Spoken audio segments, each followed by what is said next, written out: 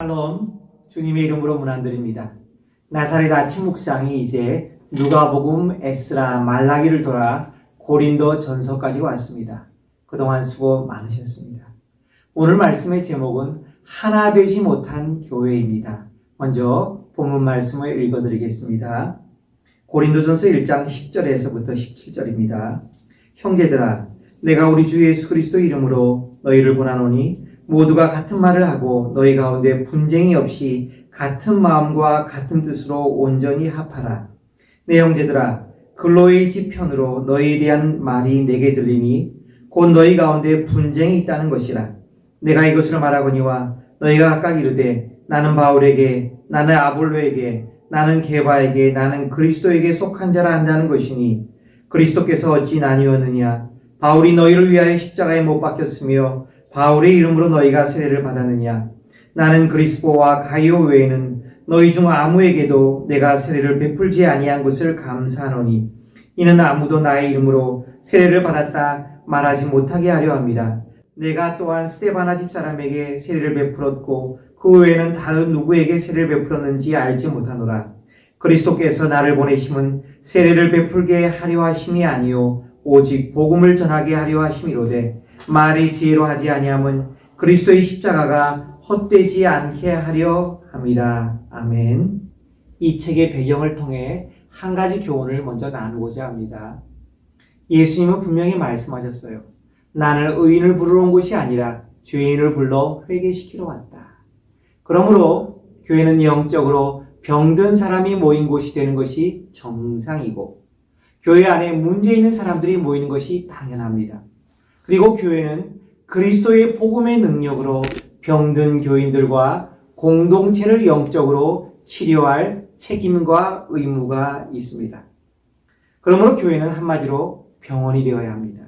그런데 고린도 교회는 지리적인 환경적 특성으로 인해 다른 교회들보다 더 많은 문제를 지닌 병원 중에 종합병원격인 교회라 할 수 있습니다.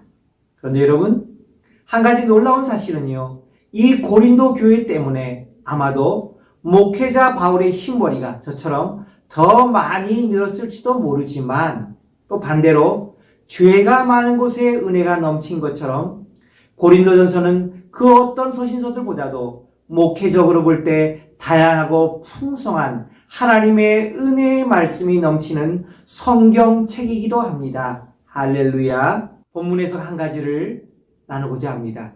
고린도 교회가 가진 문제 중에 오늘 본문은 가장 중요한 문제, 가장 치명적인 문제를 다룹니다.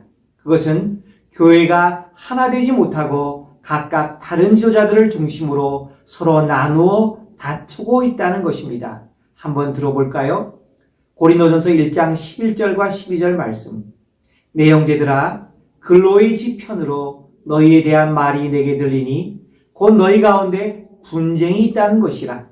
12절. 내가 이것을 말하거니와 너희가 각각 이르되 나는 바울에게, 나는 아볼로에게, 나는 게바에게, 나는 그리스도에게 속한 자라 한다는 것이니. 예, 교회도 사람이 모인 것입니다.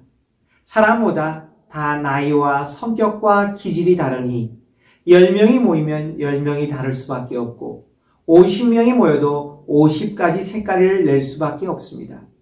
그런데 이 다른 것이 문제가 아니라 교회 안에 모인 사람들이 서로 당파를 만들어 서로 시기하고 분쟁하고 있었기 때문입니다. 바울 사도는 이 문제의 원인 중에 하나가 바로 영적인 미성숙에서 비롯되었다고 진단합니다. 고린도전서 3장 3절에서 4절을 볼까요? 너희는 아직도 육신에 속한 자로다. 너희 가운데 시기와 분쟁, 즉 젤러시와 스트라이프가 있으니 어찌 육신에 속하여 사람을 따라 행함이 아니리요. 4절. 어떤 이는 말하되 나는 바울에게라 하고 다른 이는 나는 아볼로에게라 하니 너희가 육의 사람이 아니리요. 그렇습니다. 바울은 고린도전서 1장 2절에서 고린도 교인을 부르기를 그리스도 안에서 거룩하여지고 성도로 부르심을 받은 자들이라 불러주었지만 고린도 3전서 3장 1절에 와서는 신령한 자들, 스피리추얼 피플이라 부를 수 없고 그리스도 안에서 어린아이, 곧 육신에 속한 자라고 부릅니다. 왜죠? 고린도 교인들이 육신에 속한 자인 이유는 바로 시기와 분쟁이 있어서 서로 당파를 지어 주님의 교회를 하나 되지 못하게 나누고 있었기 때문입니다. 여러분, 우리 가정에서 자녀들을 키울 때를 한번 생각해 봅시다. 한 부모에게서 태어난 아이들도 서로 다른 성격과 기질, 취향을 지녔기에 서로 다툴 수밖에 없습니다. 그런데 아이들이 점점 자라가면서 다투는 횟수가 어떻게 되죠? 현격히 줄어듭니다. 무슨 이유 때문이죠? 서로 다른 부분이 갑자기 하나로 맞아 떨어졌기 때문입니까? 아닙니다. 서로 자라가면서 서로의 다른 부분을 존중하며 서로 부딪히는 부분들을 피해가는 지혜가 생겼기 때문이 아닙니까? 마찬가지입니다. 교회 안에 모인 사람들이 서로 다르다는 것이 문제가 아니라 서로의 다름을 이해하고 존중하며 문제를 평화롭게 풀어갈 때 오히려 다름은요, 하나님의 교회, 즉 주님의 몸동 공동체를 더욱 풍요롭게 하는 아주 귀중한 자산이 되기 때문입니다.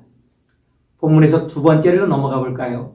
오늘 본문을 읽어보면 교회는 서로가 다른 사람들이 모였을지라도 서로 다투거나 싸우는 데까지 가면 안 되고 하나 되어야 할 이유들을 분명히 가르쳐 줍니다. 오늘 본문 1장 13절입니다. 그리스도께서 어찌 나뉘었느냐? 바울이 너희를 위하여 십자가에 못 박혔으며 바울의 이름으로 너희가 세례를 받았느냐? 여러분, 교회는 무엇입니까? 교회는 그리스도를 머리로 하여 그리스도를 몸으로 하는 한 지체된 공동체 한 몸입니다. 그러므로 아무리 다른 교우들이 함께 모였다 해도 한 몸의 지체인 이상 우리는 하나됨을 추구해야 합니다. 그러므로 교회가 서로 나뉘어 시기와 분쟁을 통해 파당을 만드는 것은 단순히 다툼의 문제, 다름의 문제가 아닙니다. 그리스도의 거룩한 몸을 쪼개는 아주 위험한 행위가 될 수 있습니다. 그리고 우리가 주님의 거룩한 몸된 교회로 부르심을 받은 것은 바로 어느 지도자의 공로가 아니라 갈보리 십자가에 보혈의 피를 흘리신 예수 그리스도만의 십자가 공로로 구원받아 그리스도의 지체가 된 사람들입니다.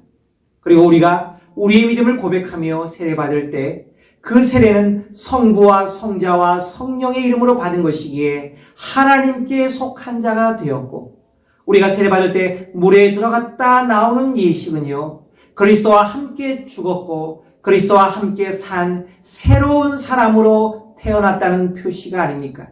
그러므로 이제는 시기와 분쟁에 빠지는 옛 모습을 과감히 벗어던지고 믿음 안에서 한 몸, 한 그리스도의 지체가 되어야 한다는 것입니다.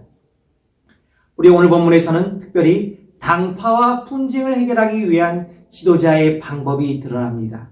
오늘 본문에 크게 두 가지가 기록되어 있습니다.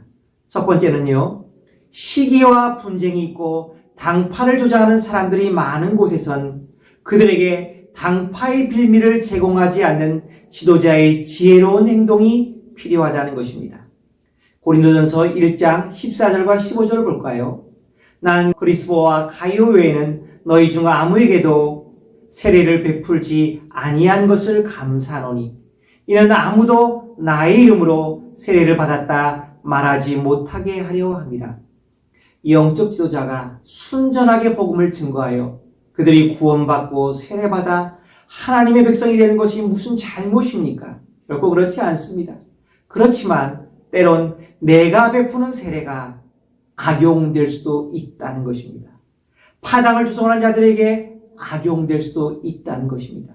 그래서 바울 사도는 일부러 세례 베풀기를 피했다고 분명히 말하고 있습니다.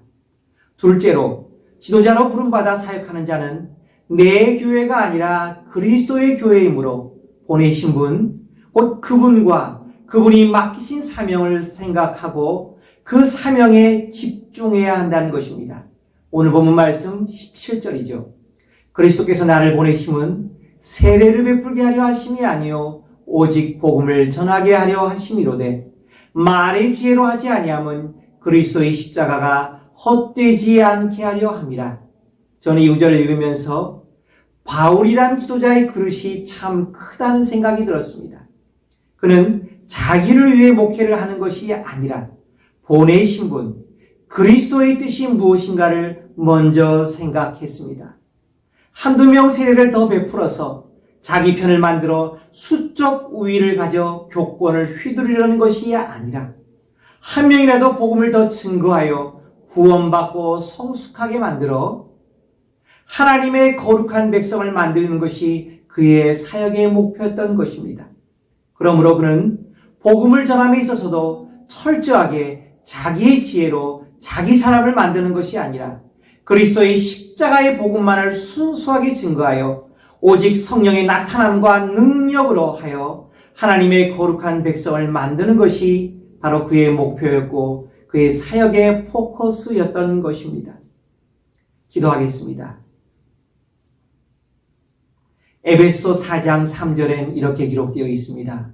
평안에 매는 줄로 성령이 하나 되게 하신 것을 힘써 지키라. 아멘. 그리스도를 모신 우리가 한 몸이 되었고 우리가 날마다 의지하는 성령님도 한 분이시기 때문에 믿음도 하나이고 세례도 하나이기 때문에 교회는 하나가 될 수밖에 없다고 하십니다. 주님, 교회는 사람들이 모인 곳이라 교회 안에서 의견이 하나로 완전히 모아지기는 쉽지 않습니다. 그렇지만 이것이 내 교회가 아니라 교회의 주인이신 그리스도의 교회이고 사적 친교를 목적으로 한 모임이 아니라 그리스도의 지상명령의 과제를 수행하기 위한 거룩한 부르심을 받은 사명자들의 공동체임을 깨닫게 될 때 우리의 자세와 행동은 달라질 수밖에 없습니다. 바라옵기는 다시 한번 우리의 교회 안에 다른 의견들이 존재할 때 그 의견도 무시하지 않고 존중하면서 우리 주님과 그분의 사명에 포커스를 두자고 지혜롭게 권면하는 성숙한 교회가 되게 하여 주옵소서. 예수님의 이름으로 기도합니다. 아멘.